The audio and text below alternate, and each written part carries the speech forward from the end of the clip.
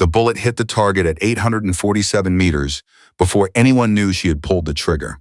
That was the thing about Sergeant Tierney. She didn't announce herself. She didn't argue, didn't raise her voice, didn't try to convince anyone of anything. She just did the work, quietly, and with a precision that made experienced men go still when they watched her. Not out of admiration, not at first, but out of something closer to confusion, like they'd looked down at a compass and found north pointing somewhere they didn't expect. The range master that morning was a staff sergeant named Holbrook. 14 years in the Army, 2 tours in Kandahar, and a way of looking at new arrivals that could strip the confidence off most soldiers in under a minute. He'd been doing it so long it had become involuntary, the way a doctor's eyes go straight to posture and complexion before they've said hello. When Tierney walked onto the range that gray Alberta morning, with her kit bag over one shoulder, and her score sheet from Scout Sniper School folded in her breast pocket, Holbrook looked at her the way he looked at all of them. He looked a little longer than usual. "You're in the wrong building," he said. She didn't answer, just set her bag down, signed in on the register, and took her position at lane 7 without being told where to go. Holbrook watched her for a moment. Then he went back to his clipboard. The other soldiers on the range that day: Beckett, a lanky corporal from Nova Scotia who talked too much; Okafor, a quiet private who almost never did; and Drummond, a master corporal with a bad knee and a good eye, noticed her without appearing to. The way men in groups often do. Beckett made a comment under his breath that the others didn't respond to, and after that the range went quiet, except for the wind off the foothills and the occasional snap of a round downrange. Tierney shot a perfect score. Not close to perfect, not near enough that you could chalk it up to luck or a good day. Perfect. 11 rounds, 11 hits, each one tight enough to cover with a playing card at distances ranging from 400 to 930 meters. When Holbrook collected her target and looked at it, he didn't say anything. He brought it inside, laid it on the scoring table, and stared at it for a moment, the way you look at something you know you're going to need to account for later. He recorded the score, said nothing to Tierney, and went back to the range. Her name was Sergeant Claire Tierney, and she had grown up in a small town in northwestern Ontario, the kind of place where winters lasted half the year, and people learned patience the hard way. Her father had been a conservation officer, a man of few words and steadfast habits, who had taken her hunting every autumn from the time she was old enough to sit still in a blind. He taught her how to read wind, how to wait, how to breathe through the moment before the shot so that the trigger broke without any part of her body knowing it was about to happen. He died when she was 19. A heart attack on a Tuesday morning with no warning and no precedent. She'd enlisted the following spring. Not out of grief exactly, though grief was part of it. More out of a need for structure at a time when everything had come loose. The Army gave her that. It gave her distance tables and cleaning schedules and a chain of command and a set of expectations she knew exactly how to meet. What it didn't give her, at least not easily, was respect. Not the formal kind. Nobody refused to salute her or disobeyed a direct order. The Army was too procedural for that. What she got instead was the quieter kind of dismissal, the kind that operates entirely within the rules. The assignments that were technically appropriate but practically irrelevant. The briefings where her input arrived into silence, and someone else said the same thing 5 minutes later to a response of nods. The look that Holbrook had given her that morning, not hostile exactly, just certain. Certain in the way that people are certain about things they have never thought to question. She had been living with it for 6 years. She was very tired of it. The deployment order came through in November. A joint task force operating out of a FOBI in northern Mali, working alongside French Special Operations and a contingent of Canadian Rangers who'd been in country for 8 months. The mission profile was counterinsurgency with a focus on intelligence collection and targeted disruption of supply lines. The unit was under the command of a lieutenant colonel named Fassbender, a compact and serious man from Winnipeg, who ran his operation with the kind of efficiency that left no room for anything extraneous, including, it turned out, opinions about who belonged there. Fassbender had specifically requested a qualified sniper for the operation. What he got was Tierney. There were people in the unit who were unhappy about this. They were not subtle. Master Corporal Drummond, the same Drummond from the range, had been reassigned to the same task force. He had been in long enough to know better than to make his feelings a matter of record. But he had not been in long enough to keep them entirely off his face. Beckett, who had also followed through the same posting cycle, didn't bother with even that much restraint. His opinion of Tierney's presence arrived in small, persistent ways. The sigh before a briefing, the overly patient tone when explaining things himself or she already knew, the way he positioned himself in group photographs as though he was trying to stay as far from her as architecturally possible. Okafor said nothing. He almost never did. The fob was a collection of prefab structures and hardened positions on the edge of a plateau overlooking a dry river valley. The days were hot in a way that pressed down on everything, and the nights dropped cold fast enough to make you forget the afternoons. The mission tempo was high from the start. Fassbender ran a tight schedule, patrol rotations, intelligence updates, asset coordination with the French units to the south, and he expected everyone in his command to operate at the level of their training. Tierney operated at the level of her training. The first engagement she was part of came on the 14th day. A patrol led by Drummond made contact with an insurgent element in a dried riverbed 6 kilometers from the fob. Tierney was positioned on a ridgeline with a sightline down into the valley. She had been there since before dawn, lying in the dust with her spotter, a young corporal from Edmonton named Lefebvre, who had never worked with a sniper before and who asked good questions and knew how to be quiet. When the shooting started below, it happened fast. 3 vehicles, 12 insurgents, and an RPG team setting up on the eastern bank that Drummond's patrol hadn't seen. Tierney saw them. She neutralized the RPG team in 14 seconds, 2 rounds. The patrol didn't know they'd been covered until after the contact broke, and Drummond came over the radio sounding shaken and slightly confused about why the eastern bank had gone quiet exactly when it mattered most. Fassbender reviewed the engagement log. That evening, he read through the timeline twice. He found Tierney in the equipment room, cleaning her rifle, and told her that her work had likely prevented 2 or 3 casualties and possibly saved the patrol's ability to extract. She said, "Thank you, sir."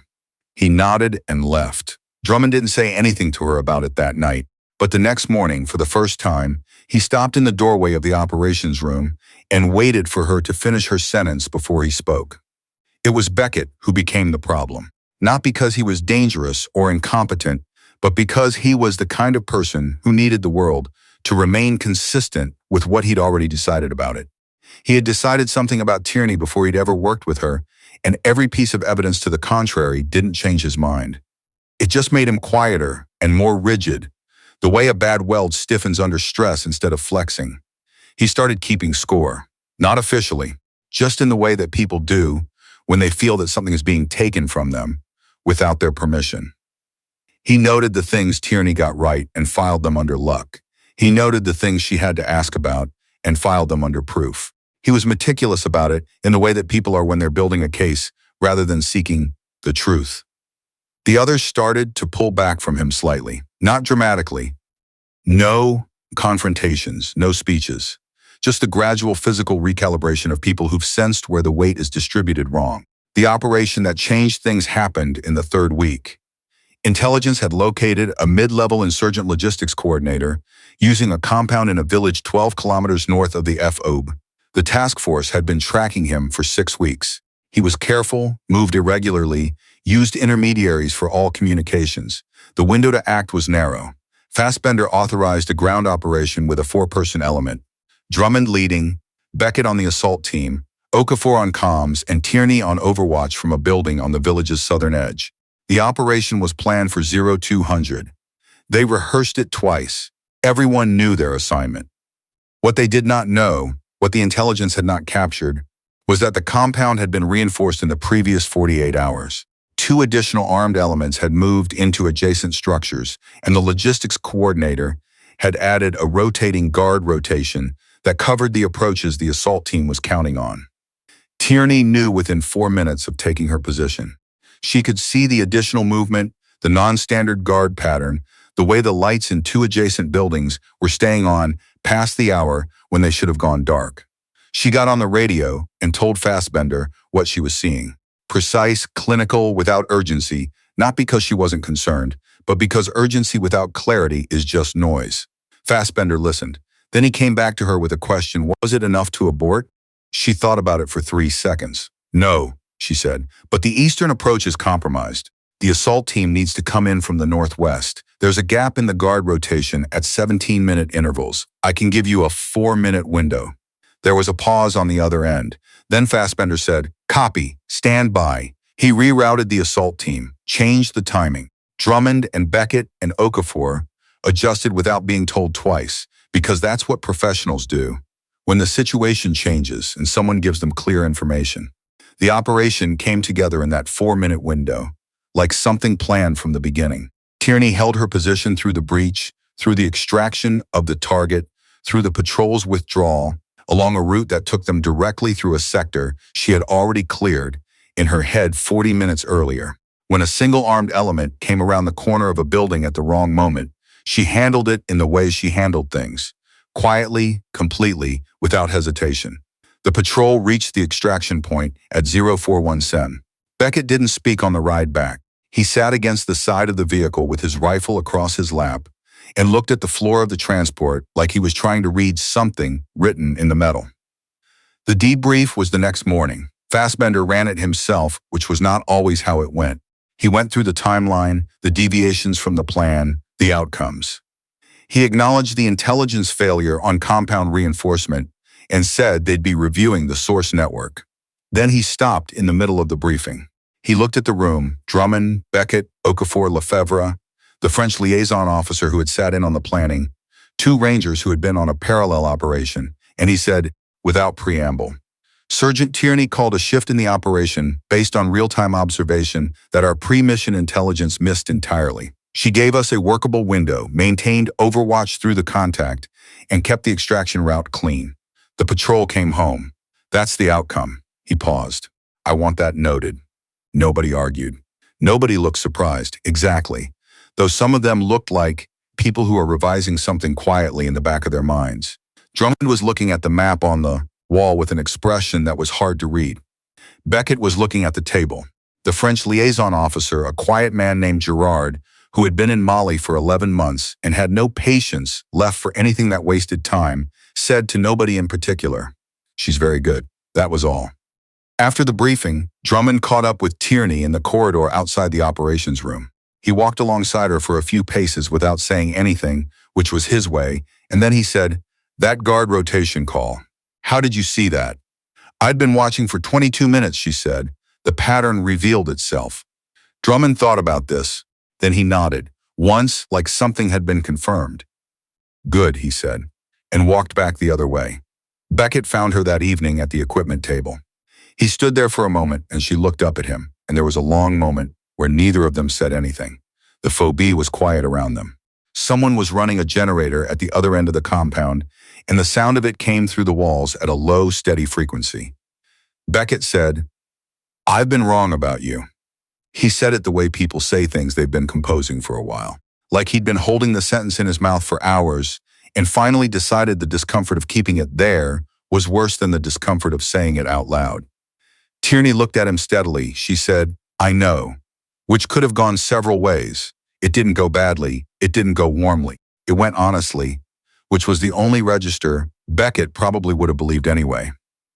And maybe that was why he nodded and didn't say anything else and left her to finish what she was doing. She went back to her work. The rifle came apart in her hands the way it always did. Not mechanically, but intuitively, the way a task becomes part of you after enough repetition. She cleaned each component the way her father had taught her to clean things. Thoroughly, without rushing, with attention to the parts that weren't obviously dirty, but collected residue anyway. She thought about the plateau at night, the cold that came in off the valley, the way the stars here were different from the ones over the lake outside her hometown. More of them, somehow, or maybe just more visible without the tree line in the way. She thought about what the French officer had said. "She's very good," said like an observation, like a note in a margin. Not astonished, not conceding anything, just accurate. She thought that she had spent a long time waiting for accuracy. The task force wrapped in January. The target had been extracted and handed to French intelligence. The supply lines had been disrupted at 4 key nodes. The unit came back in stages, different flights, different days, the way deployments always end. Not with a single moment, but with a gradual dispersal. People peeling off in different directions until the thing you'd been part of becomes a memory you carry individually. Tierney's flight landed at Trenton on a gray Wednesday morning. The kind of morning Ontario does well. Low cloud, cold that isn't theatrical but is absolutely serious. The smell of aircraft fuel and frozen tarmac. Fassbender was on the same flight. He found her on the tarmac while they were waiting for ground transport and told her he'd be putting her name forward for the unit's next operational rotation. He also said he'd be noting her performance in his after-action review in terms that would follow her file. She thanked him. He moved on. Drummond shook her hand before he loaded into the van for his connecting transport south. A real handshake, the kind that means something was understood. Okafor, who was heading west, raised 2 fingers in her direction from across the tarmac in a gesture that could have meant anything, and probably meant several things at once. Beckett was already gone. He'd been on an earlier flight. She didn't expect to hear from him, and she didn't, and she had no particular feelings about that one way or another. Her mother was waiting in the arrivals area, wearing the coat she'd had for 15 years, and carrying a coffee she'd bought at the airport Tim Hortons, because she knew better than to show up at an airport without something warm in her hands.